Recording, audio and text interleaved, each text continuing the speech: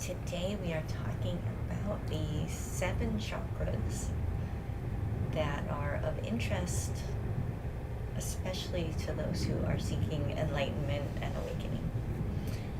Now, there's different chakra systems that vary a little bit, and there's also hundreds of chakras throughout your body. But we're only going to talk about 7 today, maybe 8 or 9. But I think I'll try to stick to 7. And you're probably already familiar with them if you meditate. You've probably already felt them enter your awareness. So chakras exist in what we call the subtle body. We all agree we have these physical bodies, right? We have these flesh and blood, all sorts of different cells happening, physical matter. But then we also have this energy body. Some people claim they can measure it as an electromagnetic field. Is one way of talking about it. But if you rub your hands together, you guys can all play too. Rub your hands together till they get nice and warm, and then you just push them together just slightly, and you move them apart and together. You feel that little bit of resistance. There's just that little tingling, little push. That's your subtle body. And you can play with that, some more. And we could talk about that in a whole different class. But I will bring it up because that's where your chakras are. They're in your subtle body. They correspond to areas of your physical body, but they actually exist at this energetic level. So, for example, you were just feeling the chakras in your hands. And even if you did not have hands, if something happened and you lost a hand, your energy body would still be present. So your chakra in your hand, chakra, would still be there, even if your physical hand was not. So that's important to understand when we start to talk about the subtle body, the energy body. It's not physical, but it does correspond to our physical body. So when we address these 7 chakras that run up the spine, they correspond to different aspects of the physical world, is one way of looking at it.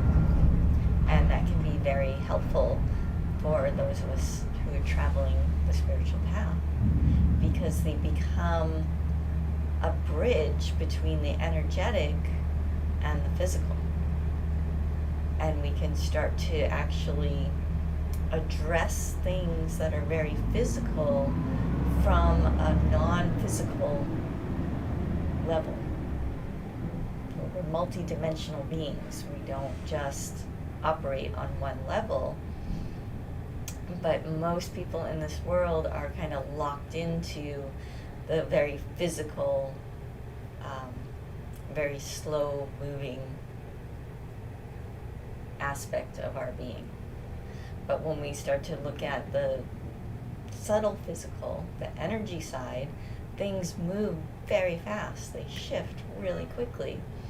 And when we start to work with the chakras directly, we can break through things that we may have been struggling with for a long time, simply by placing our attention in the correct way, in the correct area of our subtle body. So that sounds like fun. So we'll start at the bottom and move our way up.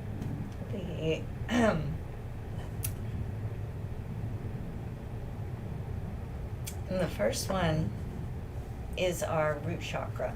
Now it sits right at the base of our spine. So if you're looking at a spine. I'm sorry, I don't have a picture for you, but there's tons and tons of books that have been written about the chakras, the different images you can find online.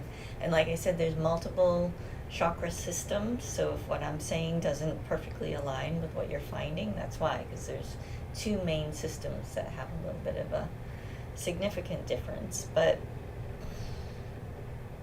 in our practice of Trikaya Buddhism, I'll be pointing out the aspects. I do want to share, there's a really great book by somebody in our lineage called Chakra Empowerment for Women. And men can read it too, even though it was written with women in mind. It's called Chakra Empowerment for Women by Lisa Erickson.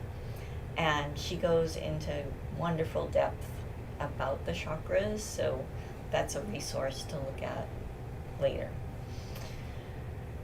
So, root chakra, base of the spine, that is our support. That's like the the lotus that we're sitting in. You can picture, it's not just this little tiny dot that we're balancing on. It's this big, giant flower.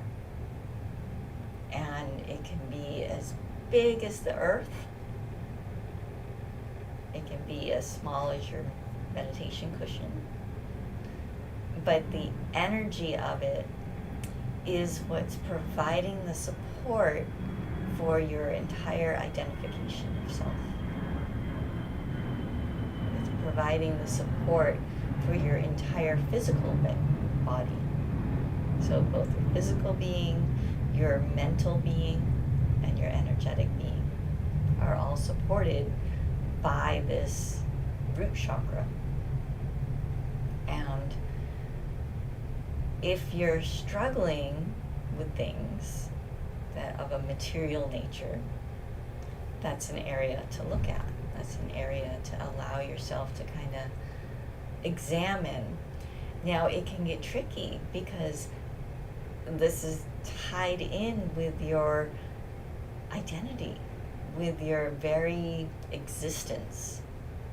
So it can be very disconcerting, to say the least. If you start to dive into the energy of the root chakra, be prepared for big feelings to come up, big concepts about all of your different fears. We're talking about the root of ignorance that holds us to samsara. So this isn't a place that you dive into lightly. This is something that you kind of just touch lightly, examine, and check in with yourself and say, okay, am I ready to open to that? When we talk about addressing different issues through the chakras. But as a general practice, it's fine to touch upon that root chakra lightly and tap into the intrinsic support that it's providing for you. It's literally holding your being. And it doesn't ask for anything in return. It just is. It's like the universe all converging, all the divine energy of existence coming all together to just support you. And so to rest your attention in that can be very healing. So that's the root chakra. Now we move up to the sacral chakra. If you're looking at a spine, there's that little triangle bone between the coccyx and the sacrum, the sacral bone. And it goes, the chakra itself, like I said, is in the energy body, and it goes right through to the sexual organs. So this is our creative, sensual energy. This is the the energy of the senses. So everything that we touch and taste and feel and smell and see is arising through the second chakra. And from that, we pour through all of this creative energy. It's manifests most often as the energy of procreation, obviously. And it can be overwhelming at times because it's so fiery. It just wants to move. It does not stay in one place.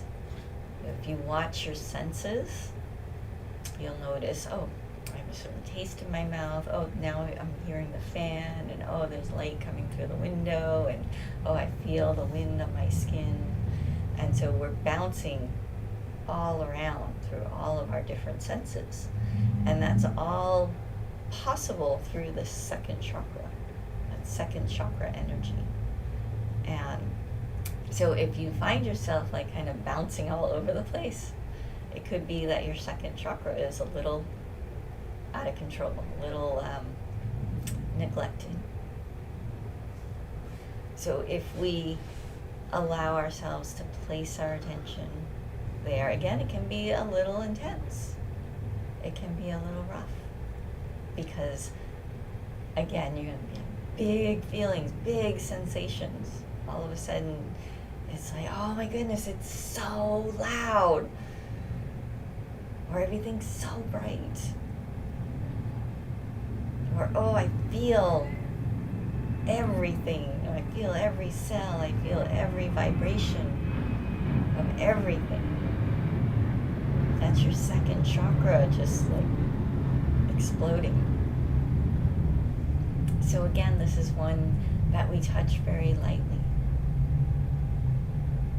without resistance.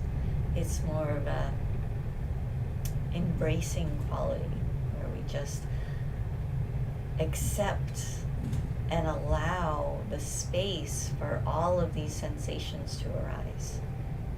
Again, because we have the support of the first chakra that gives us this room for all of this seemingly chaotic energy to start zipping around and all these different inputs, these different sensations to arise.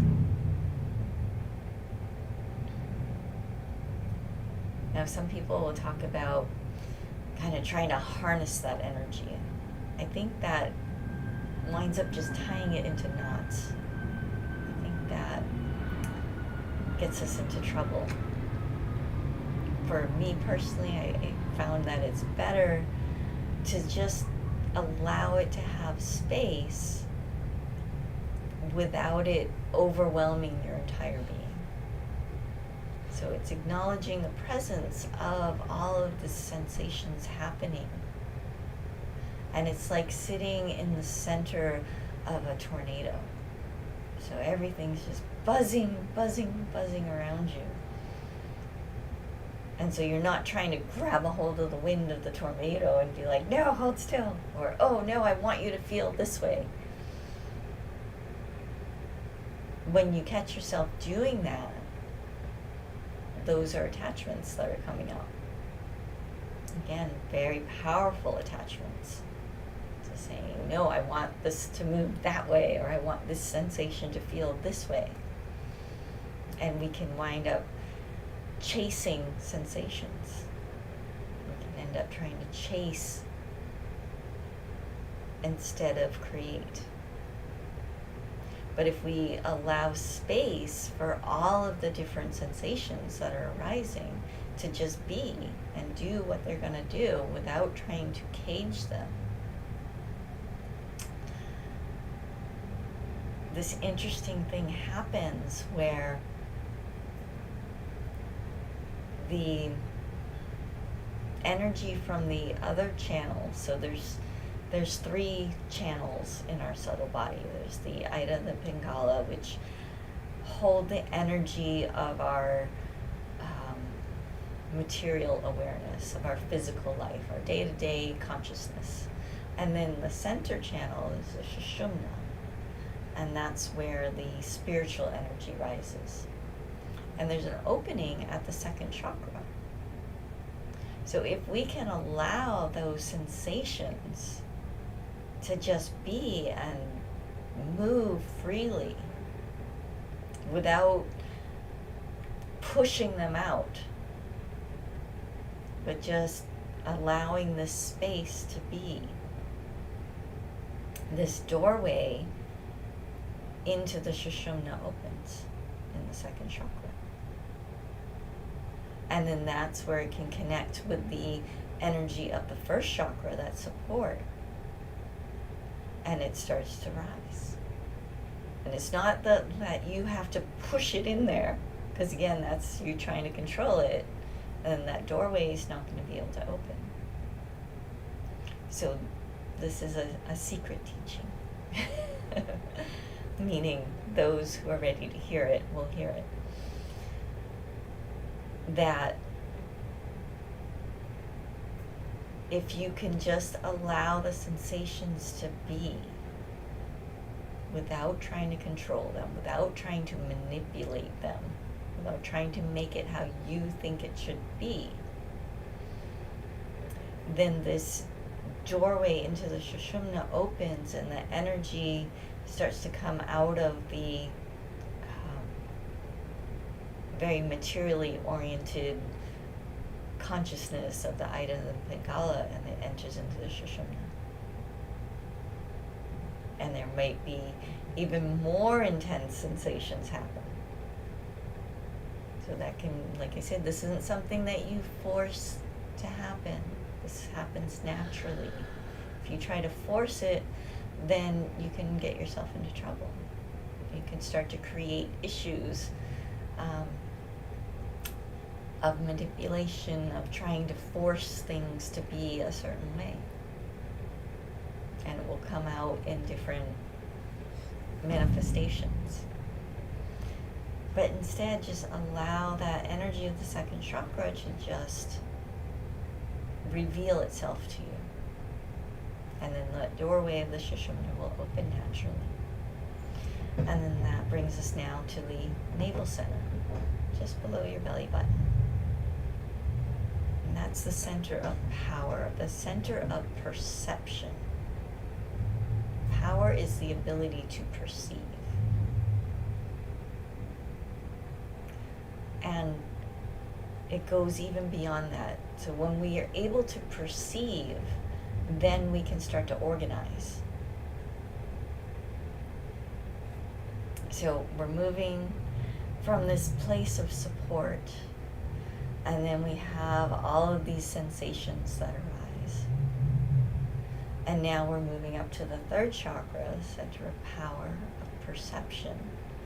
And now at this point, we can start to organize all of these sensations, these perceptions of these sensations. So it's the sense consciousness. So rather than trying to manipulate and control the senses themselves, there's the sense consciousness when contact is made between sense organ, sense object, and then sense consciousness. That's when we move into perception. So at the third chakra, we can start to organize perception. And we do this through mostly through conditioning. This is how we've been raised, what we've been told. This is how the world works. This is how you work. This is who you are. This is how you think you should be. This is how you want to be. This is what you want to have happen. And we start to organize, and this is a place where much of the world is stuck, where we're just pushing energy out of the third chakra in an attempt to control the world, which, if you look at it from a certain perspective, it's absolutely ridiculous. But people still try, and we drive ourselves crazy trying to do it. But if you're interested in the spiritual path, then we have to let go of that desire to manipulate and control the world. So when we're learning chakra meditation, we often start with the navel center, because as I just explained, it automatically picks up the lower two. The energy just automatically flows through the lower two, and now we're at a place of organizing perception that we're familiar with. We know how that works because we've been shown it our entire life. That's how we've been able to operate and interact with the world, because somebody taught us that this is how we do things. And if you don't do it that way, then you have repercussions, right? And then when you see a new way to do something, you have that pushback. So on the spiritual path, what we do when we're working with the navel center is we pay very close attention to when we start to push our energy out. And we restrain ourselves. We say, oh, wait a minute. What's the attachment behind the situation? Why am I trying to manipulate and change it? And that could be a point of contemplation. Sometimes it's enough to simply be aware. Like, oh, I walked into the room and it was uncomfortable, so I just pushed. And we can stop ourselves and be like, oh, is that worth my energy? Because the long game of these 7 chakras is to move the energy all the way up to the crown. So if we're pushing it out of the navel center, there's not a whole lot left to move up any further. So we pay attention first when we're meditating, when we sit and practice and we focus and rest our attention on our navel center. We pay attention to what kind of thoughts arise, what kind of sensations pull our attention away, what kind of loops we get caught in. And we very gently practice pulling our attention back to simply resting in awareness of the navel center. And we become aware of what that organizing principle of perception feels like, without having to try to change anything, without trying to shift the world into our favor. And this can be very tempting. It's like, oh wait, if I just push this lever right here, then my dreams will all come true. And that can be, there's a whole art form involved in playing with the energy of the navel and the third eye, the occult arts. But it won't make you enlightened. It won't make you happy. It can make you very successful in the material world, but it doesn't bring you to freedom. But it's good to be aware of, because it's at play in this world that we're interacting in. So we, as practitioners, we want to pay attention to how our navel center is reacting and acting throughout the day.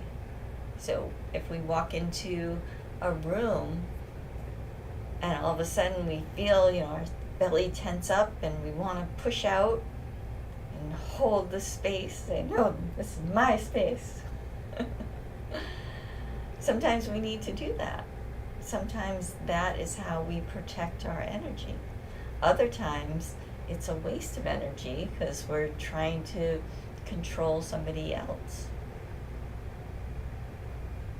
So this is the fine line of refinement that we play with, which again, we'll talk more in detail about actually working with our subtle body in other classes. This is really just an overview of how all of these chakras kind of work on the spiritual path. So I just want to leave you with that awareness of when you feel yourself pushing energy out of your navel center, especially if it was a reaction, that's a big clue that there's some kind of attachment there. Now, if you're in a martial arts class and you're actually working with your navel center to do a certain move, then that's a little different because you're consciously learning how that works, which I highly recommend martial arts. It's a wonderful place to learn about the navel center and how to better control your energy. But in general practice, as a spiritual practitioner, we want to keep our energy in our navel tucked in nice and tight. My mentor once recommended, if you have a problem with your energy kind of pouring out your navel center, like if you notice, 3 different people suddenly coming up and talking to you to ask for directions or just try to interact with you. This was in New York City. That means that you're kind of blasting out your energy. So you can put a Band-Aid over your navel center as a reminder to just hold your energy in nice and tight at your navel center. Kind of make yourself a little more low-key. Some people love to be the center of attention, but it burns up a lot of energy if you're not doing it intentionally. So this is all about intention. We're playing with perception, organization, and intention are all navel centered. So we want to keep the energy in so it can rise. And then it rises to the heart. The heart chakra is one of my favorites because it is pure silliness. It is generosity. It is playfulness. It is love. It's just complete acceptance, where the navel center is an outlet, it generally pushes out. The heart chakra is an inlet. Everything is welcome. Everything comes in. Now, some people have had a hard life. They've had hard times. They've been heartbroken. So when they hear me say, no, everything comes in, there's this wall that comes down and says, oh, hell no. You're not getting in. That's going to hurt. And that is a place for you to work with. That's an attachment to look at very gently. And we are only able to do that if we have power, if we have worked with the navel center. There is a relationship between our ability to hold our navel center and how open our heart can be. So if your navel center is really, really weak and you're not able to hold the energy there, and it's just pouring out of you all over the place, then the heart will kind of close up a little bit. There won't be the ability for that bud, that rose, to open. It will just kind of stay closed into a tight bud. So if you have trouble opening your heart, look at what's going on in your navel center. See where you're losing energy, where you're pushing, and then work on holding that energy in and allowing it to rise into the heart. And it's a very gentle energy. There's nothing abrasive about heart energy. It's just that open acceptance of what is.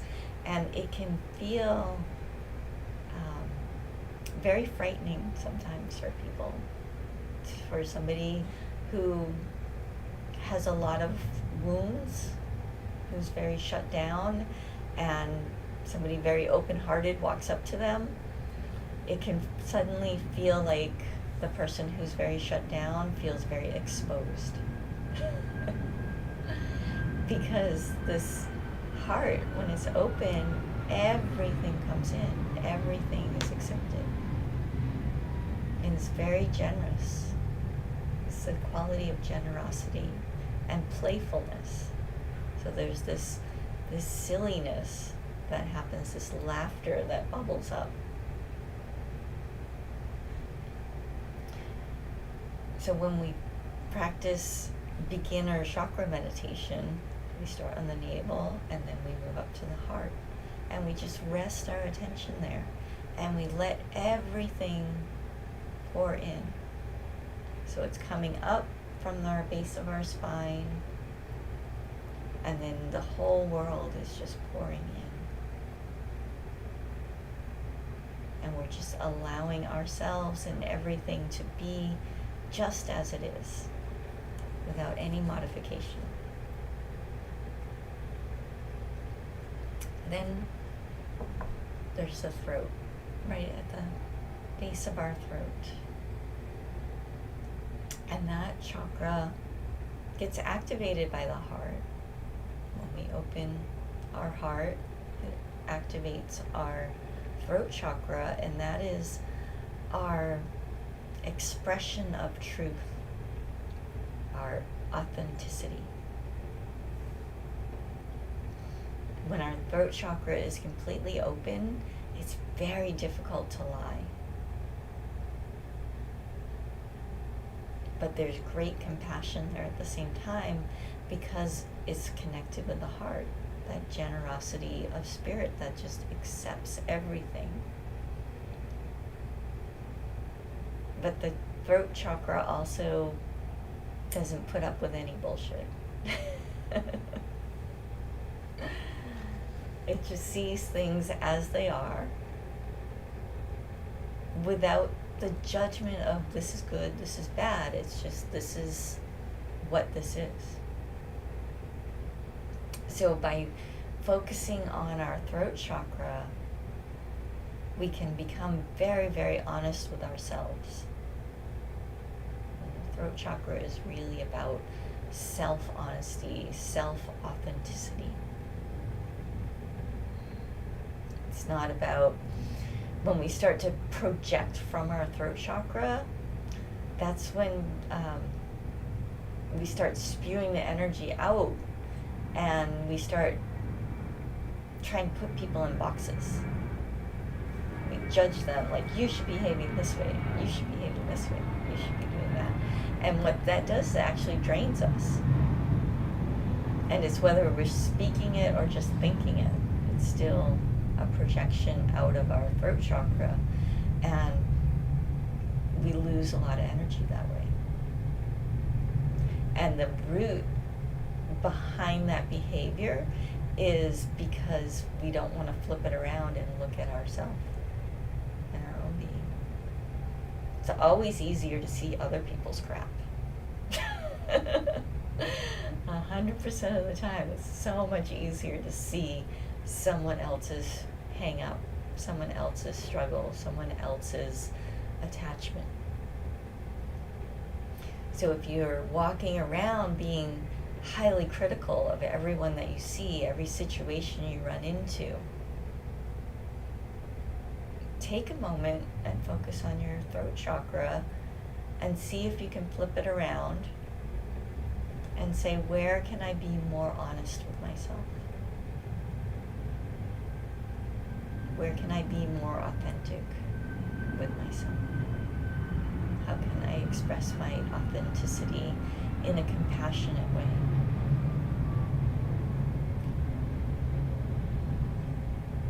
And let your attention rest there and see if it shifts.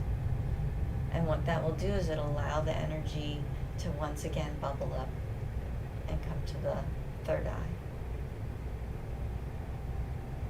So again, when we're practicing beginner meditation, we do navel, heart, and third eye, because the throat is just picked up by the heart. And if we focus on it in the beginning, then we run into these issues of judgment, and it can be very intense. So we usually save that until we've had some practice with the others. So at the third eye, this is our center of clarity and our ability to project and create reality. It's a big one. And it works in concert with the navel center.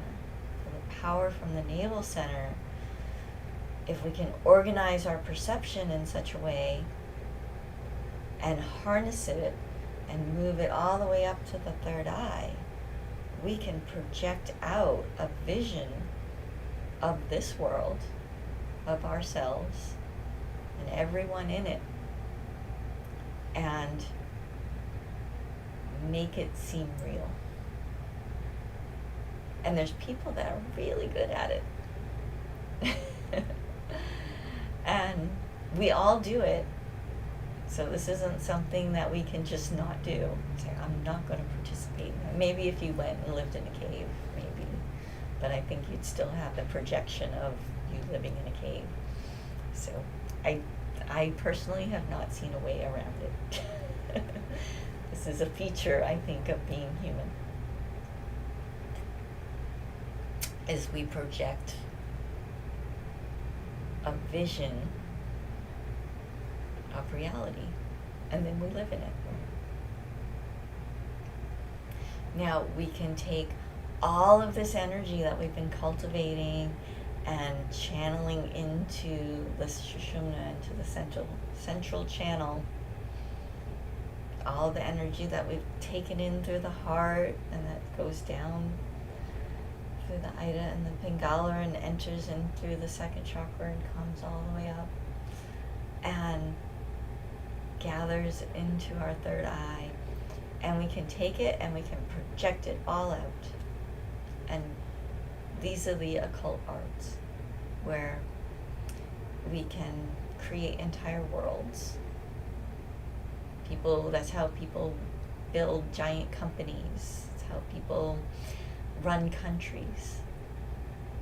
This is how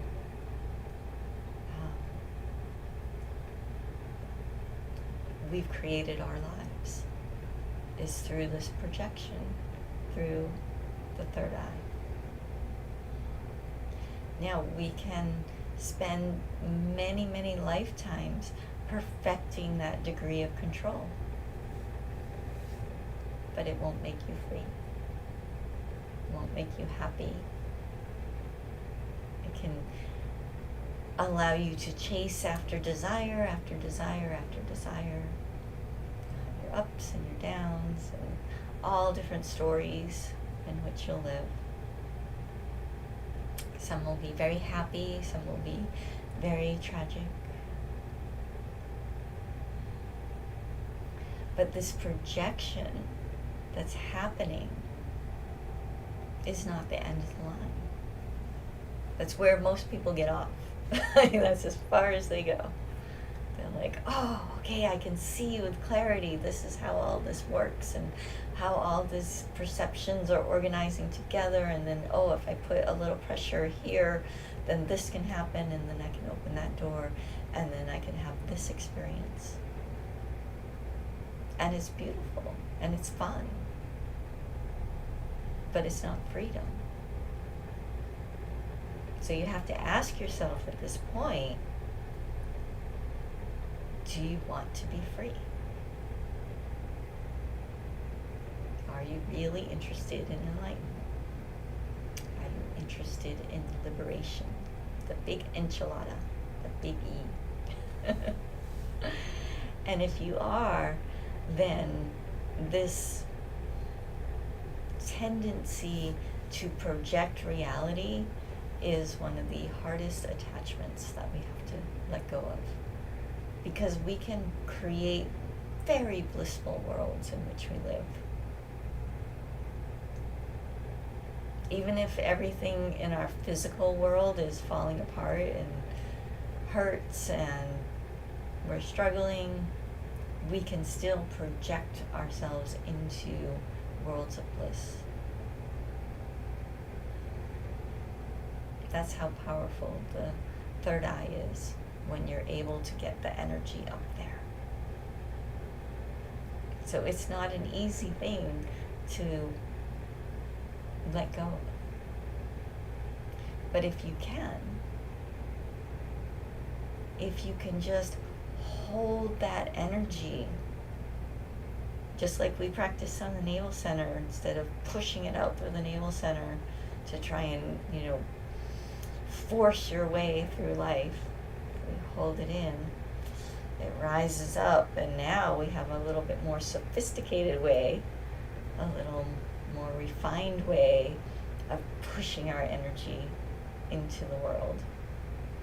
So once again, if we can restrain that tendency and just allow the energy to stay in the third chakra, the third eye,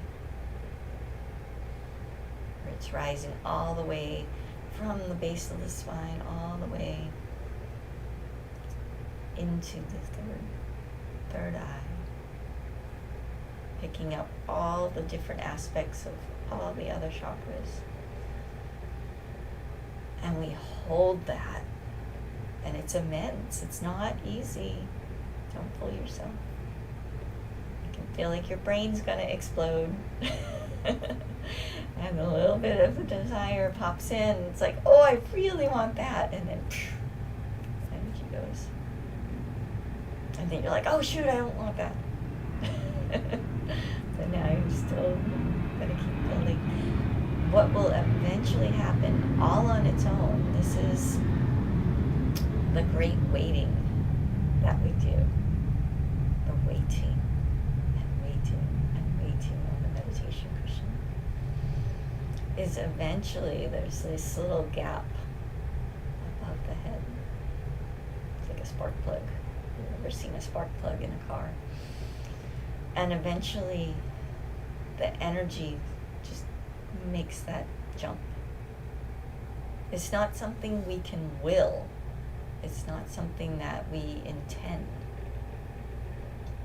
All we can do, as I said, is have that discipline and that restraint to hold still. To let go of the desire for even enlightenment itself. And if we do that, then this little jump happens, and then we go into what's called samadhi, crown chakra. Crown chakra opens, and that is our sense of connection, that sense of unity with everything, with all that is, no exclusions. You see, when we're still in the third eye, there's that little bit that's like, okay, yes, I want all of this, but not that. And it's that little bit of us that's like, oh, but not that. That holds us back. So if that's happening to you, then that's hard work. Okay, how do I accept this? How do I make room for even that? And that energy comes in, flows through us, and then comes back up, and then we wait. And eventually, that little happens. And when that does happen, that crown chakra does spark. Sometimes it's only a little tiny spark. And then there wasn't enough energy to complete the circuit. And so we have this experience of oneness, of samadhi. But then we're back in our ordinary body and our hang-ups and our attachments. And we have to start all over again. And it can feel very defeating. So don't give up if that happens, because that is normal, this pendulum swing. So we return to the beginning. I say, oh, okay, I'm going to focus on my navel center, and I'll focus on my heart, focus on my third eye.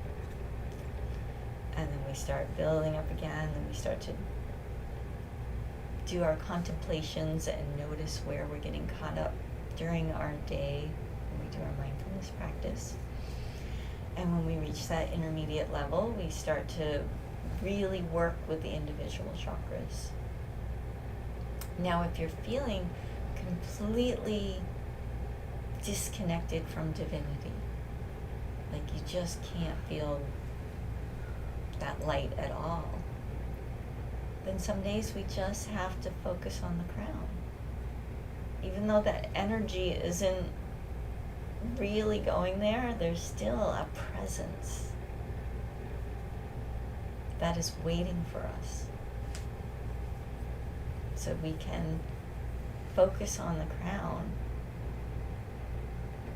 and kind of just let that golden light drip down like rain. And that can be very cleansing and very healing at times. So play with all that. We can practice that. Again, either by doing the 3 chakras, because the others will be picked up, or you can do all 7 chakras. So hopefully that will give you some deeper insight, some things to think about, things to look at and explore, and see where you're getting caught up.